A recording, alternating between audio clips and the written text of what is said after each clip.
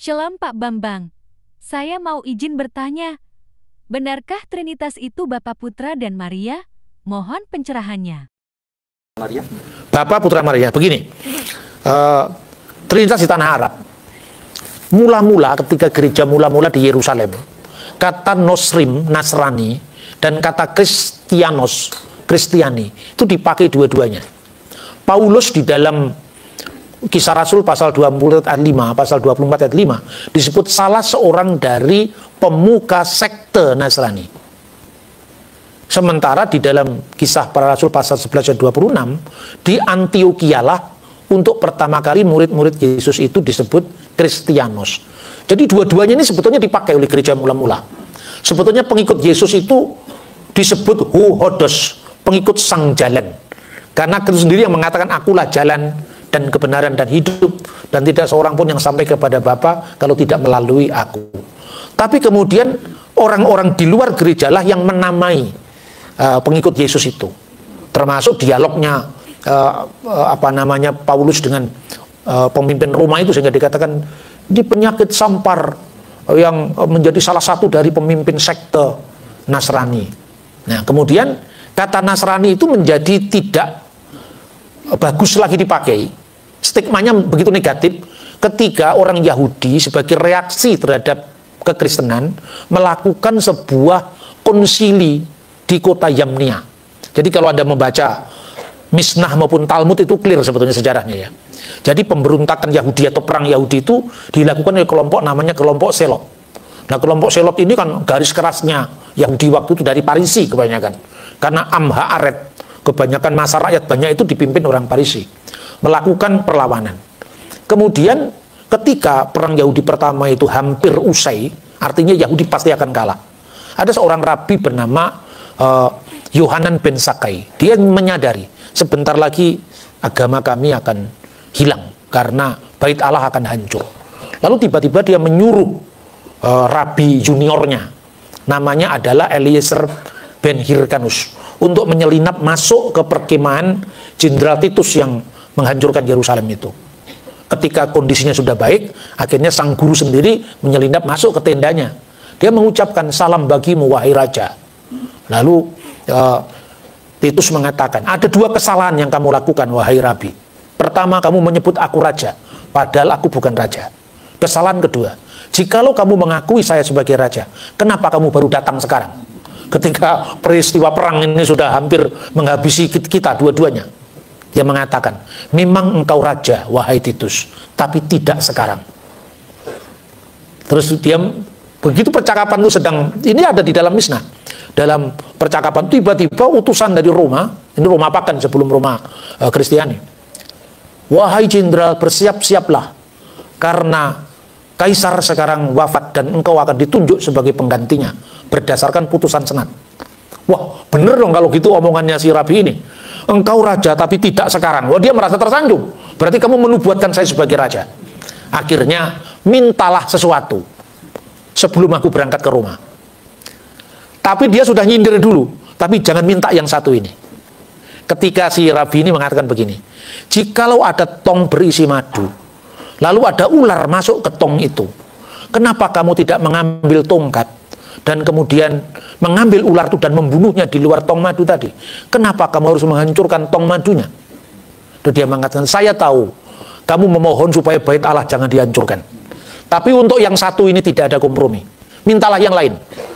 Akhirnya dia minta suatu tempat yang jauh dari hingar-bingarnya politik Yerusalem, diberikan tempat yang namanya Yabne atau Yamnia. Disitulah Yudaisme tanpa bait suci, Yudaisme tanpa Yom Kippur, Yudaisme tanpa upacara penebusan.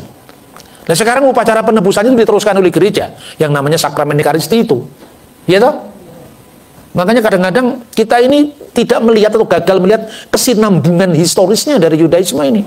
Kemudian ketika, ini minta maaf saya harus bicara lebih detail ya, ketika isu-isu tentang kekristenan yang notabene juga sama-sama Yahudinya, saudara satu Taurat, mulai menggunakan Septuaginta sebagai dasar dari imannya, orang Yahudi mereaksi itu di sebuah konsili namanya Yabne. Itulah awal kenapa Septuaginta ditolak.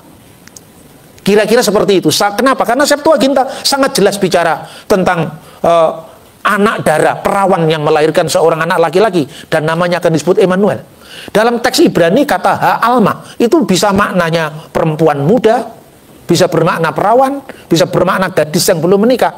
Tapi kata parthenos dalam bahasa Yunani, Septuaginta, itu tidak punya makna lain kecuali sang perawan. Nah, itulah salah satu reaksinya.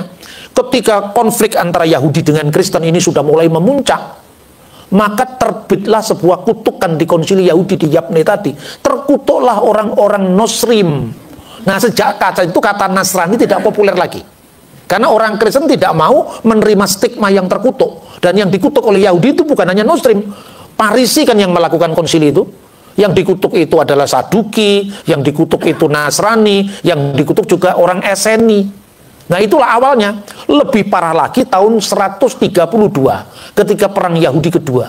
Kristen sama sekali tidak mau ikut dalam harapan bangsa Yahudi gara-gara Rabi Akiba. Jadi setelah Rabi Eliezer punya murid Akiba. Jadi ada 3 generasi. Itu Simon Bar Kokhba diangkat jadi Mesias. Orang Kristen ingat sabda Yesus supaya dia lari ke padang gurun, jangan ikut lagi. Maka gereja kuno di Yerusalem, Patriark Yerusalem itu pindah ke Pela. Ini disebutkan dalam Historia Ecclesiastica dari Eusebius. Sejak saat itu, uskup-uskup di Yerusalem yang dulunya adalah masih kerabat Yesus, tentu bukan kerabat fisik karena Yakobus saudara Yesus itu bukan saudara anaknya Maria, Bunda Maria, tidak. Itu anak dari Maria istri Kleopas. Ya, jadi itu saudara sepupu namanya. Terus kemudian punya anak lagi namanya Simeon, dan dialah yang menjadi uskup. Setelah perang Bar Kokhba, ini orang Yahudi Kristen ini semua sudah pindah dari Yerusalem. Akibatnya orang-orang Yunani lah yang menjadi pemimpin gereja Patriark Yerusalem itu sampai nanti munculnya skisma antara barat dan timur itu. Nah, tapi apa yang penting di sini ketika orang-orang Kristen non-Yahudi boleh tinggal di kota suci, tapi orang-orang Kristen latar belakang Yahudi tidak boleh tinggal di kota suci. Itu yang membuat perseteruan Yahudi Kristen semakin memuncak. Akhirnya terpisahlah gereja dari sinagog. Sejak saat itu kata Nasrani hilang peredaran dari gereja yang satu, kudus, Katolik, dan Apostolik. Tidak ada lagi dipakai kata itu. Tapi muncul kembali lewat aliran baru yang namanya Nasrani Mandayan. Nah, kelompok inilah bukan hanya Nasrani Mandayan, tapi kelompok El-Kesaid yang mengatakan kami ini Nasrani bukan Kristen. Kelompok Ebionit itu sisa-sisa kelompok Yahudi Kristen yang membangkang terhadap gereja yang universal karena dia menuduh Paulus telah membebaskan orang-orang Kristen non-Yahudi dari hukum Taurat. Lalu mereka menyatakan diri kami ini Nasrani bukan Kristen. Menjelang abad keempat ada catatan dari Epifanius dari Salamis. Anda bisa membaca. Kelompok itulah yang Epifanius inilah yang bercerita bahwa di Elusa, wilayah Arab, ada kelompok yang memasukkan Bunda Maria sebagai objek sembahan. Jadi dia konteksnya dalam bukunya itu dia mengatakan ada 2 aliran ekstrim tentang Maria. Satu yang disebut anti-dikomarianisme.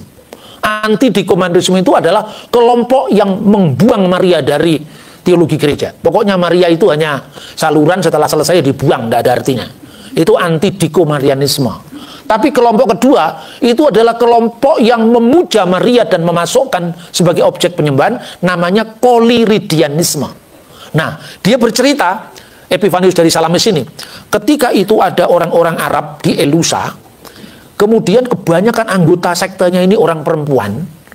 Lalu dia membuat gerobak-gerobak yang dihias dengan bunga, di mana patungnya Bunda Maria ditempatkan di situ, lalu diarak-arak kemana-mana. Kelompok ini memasukkan Maria sebagai objek sembahan. Lalu Santo Epifanius dari Salamis mengatakan, Maria harus dihormati, tapi tidak untuk disembah. Maria harus kita hormati sebagai Bunda Kristus yang sepenuhnya Allah, tetapi tidak boleh kita masukkan dalam Tritunggal, karena Tritunggal itu Bapa, Putra, dan Roh Kudus. Nah, kelompok ini yang oleh orang Arab disebut sekte Maryamiun. Nah, apa hubungannya dengan Islam? Apakah Islam itu muncul dari sekte ini? Saya kira tidak semudah itu untuk mengatakan. Apalagi hal-hal seperti ini kita mesti hati-hati sekali. Kalau posisi saya mengatakan Islam itu agama di luar Kristen. kita tidak bisa menilai Islam dari kacamata Kristen. Kita harus menilainya dari kacamata lintas agama. Jadi kita tidak boleh mengukur Islam dari ukuran kita, begitu pula kita tidak boleh mengukur Kristen dari ukuran Islam. Kayak seperti yang saya tegaskan di awal tadi. Ya, memang ini saya akan kutipkan salah satu dari penafsir Quran yang cukup terkenal di awal abad 20, namanya Tafsir Al-Qasimi. Ya, Tafsir Al-Qasimi itu mengatakan begini, kalau kita mempelajari munculnya kultus terhadap Bunda Maria yang berlebihan di tanah Arab, inilah salah satu yang direaksi oleh Al-Quran. Mohon maaf, saya ini tidak pendapat saya hanya segera mengutip Tafsir Al-Qasimi. Nanti jangan di YouTube kan. Ya, Pak Bambang mengutip ini, wah jangan. Saya kadang-kadang hati-hati sekali kalau begini. Tafsir Al-Qasimi, dia mengatakan begini. Coba kita lihat redaksinya ayat Quran. Misalnya, siapa yang kafir di mata Islam itu? Laqad kaffara alladziina qalu innallaha salisu salasya. Sungguh telah kafirlah orang yang berkata bahwa Allah itu ketiga dari yang tiga.